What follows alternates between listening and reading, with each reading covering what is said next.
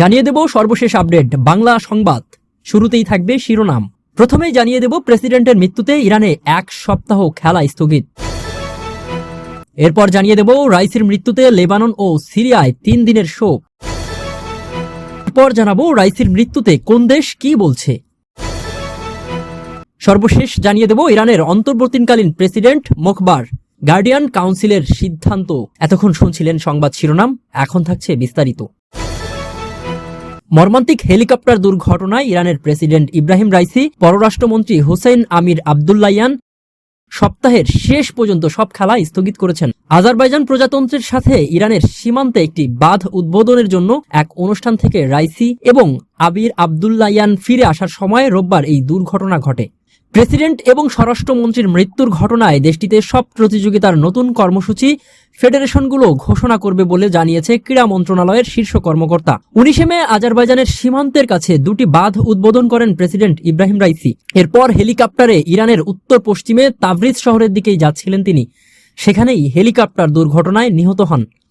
Tabriz থেকে 50 kilometre দূরে দুর্ঘটনার কবলে পড়ে হেলিকপ্টারটি, কিন্তু ভারী কুয়াশা থাকায় অনুসন্ধান অভিযান চালানো কঠিন হয়ে পড়ে। প্রেসিডেন্টের বহরে মোট 3টি হেলিকপ্টার ছিল, অন্য 2টো হেলিকপ্টার নিরাপদেই অবতরণ করে।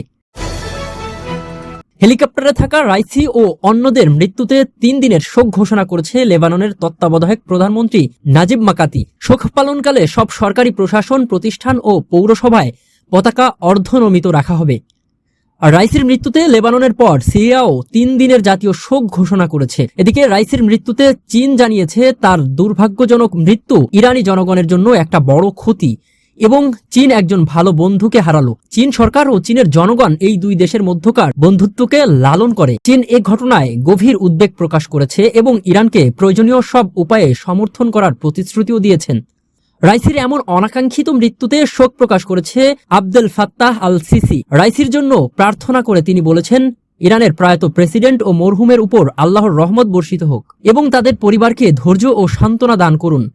সৌদির বাদশাহ সালমান বিন আব্দুল আজিজও ইরানের নতুন ভারপ্রাপ্ত প্রেসিডেন্ট মোহাম্মদ মোখবারকে পাঠানো এক বার্তায় শোক প্রকাশ করেছেন। আসুন আমরা সর্বশক্তিমান আল্লাহর কাছে প্রার্থনা করি, নিশ্চয়ই আমরা আল্লাহ থাকুক, আমরা নিশ্চয়ই আমরা আল্লাহ ফিরে যাব, আমরা তারই দিকে ফিরে যাব। সিরিয়ার প্রেসিডেন্ট বাশার আল আসাদ সিরিয়ার প্রেসিডেন্ট বাশার আল আসাদ হেলিকপ্টার বিধ্বস্তের ঘটনায় গভীর দুঃখ ও সমবেদনা জানিয়ে খামেনির কাছে একটা বার্তা পাঠিয়েছেন। আল আসাদ রাইসির মৃত্যুকে বড় ক্ষতি বলে অভিহিত করেছেন এবং সিরিয়া ও ইরানের মধ্যে কৌশলগত সম্পর্কে সর্বদা সমৃদ্ধ রয়েছে তা নিশ্চিত করার জন্য তার প্রচেষ্টা প্রশংসা করেছেন। তুরস্কের প্রেসিডেন্ট রিসেপ তাইয়েপ এরদোগান ইরানের প্রেসিডেন্টের মৃত্যুতে গভীর শোক প্রকাশ করেছেন এবং তিনি বলেন, তুর্কি হিসেবে আমরা এই কঠিন ও দুঃখজনক সময়ে আমাদের প্রতিবেশী ইরানের পাশে থাকব, যেমনটা আমরা আগেও অনেকবার করেছি। দেশটির ফার্স্ট ভাইস প্রেসিডেন্ট মোহাম্মদ মোখবারকে ভারপ্রাপ্ত প্রেসিডেন্ট হিসেবে নাম ঘোষণা করেছে দেশটির সর্বোচ্চ নেতা আয়াতুল্লাহ আল খামেনি। আর ইরানের প্রেসিডেন্ট ইব্রাহিম রাইসি, পররাষ্ট্রমন্ত্রী হোসেন আমির আবদুল্লাহ এবং অন্যান্য কর্মকর্তাদের মৃত্যুর খবরে বিশ্ববাজারেও বেড়েছে তেলের দাম। আন্তর্জাতিক বেঞ্চমার্ক ব্রেন্ট ক্রুড অনুযায়ী সোমবার সকালে প্রতি ব্যারেল তেল, যা আগের সেশনে ছিল প্রতি ব্যারেল $83.98, অর্থাৎ প্রতি ব্যারেলে দাম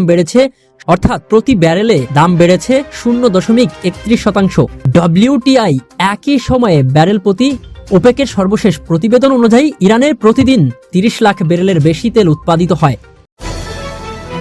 আর এদিকে হেলিকপ্টার বিধ্বস্ত হয়ে প্রেসিডেন্ট ইব্রাহিম রাইসি নিহত হওয়ার পর অন্তর্বর্তীকালীন প্রেসিডেন্ট হিসেবে মোহাম্মদ মোখবারকেই দায়িত্ব দিয়েছে ইরান।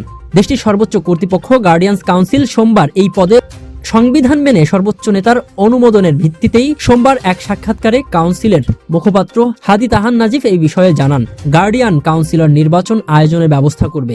ইরানের সংবিধানে বলা আছে, ক্ষমতাসীন প্রেসিডেন্ট মারা গেলে বা কোনো কারণে দায়িত্ব পালনে সক্ষম না হলে রাষ্ট্র পরিচালনার দায়িত্ব নেবেন ভাইস প্রেসিডেন্ট।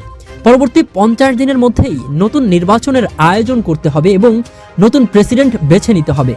নির্বাচন না হওয়া পর্যন্ত প্রেসিডেন্টের দায়িত্ব সামলাবে ভাইস প্রেসিডেন্ট। 2021 সালের আগস্টে ইরানের প্রেসিডেন্ট হয়েছিলেন ইব্রাহিম রাইসি। এর পরপরই খামেনির অনুমতি নিয়ে মোহাম্মদ মোখবারকে ভাইস প্রেসিডেন্টের পদে নিয়োগ দেওয়া হয়েছিল। এর আগে মোহাম্মদ মোখবার ইরানের সিতাদের প্রেসিডেন্ট হিসেবেও 14 বছর দায়িত্ব পালন করেছেন। এটাই ইরানের অন্যতম শক্তিশালী একটি অর্থনৈতিক কনগ্লোমারেট। আজকের খবর এ পর্যন্তই। পরবর্তী খবর সবার আগে পেতে ইউটিউব চ্যানেলটি সাবস্ক্রাইব করে সাথেই থাকুন।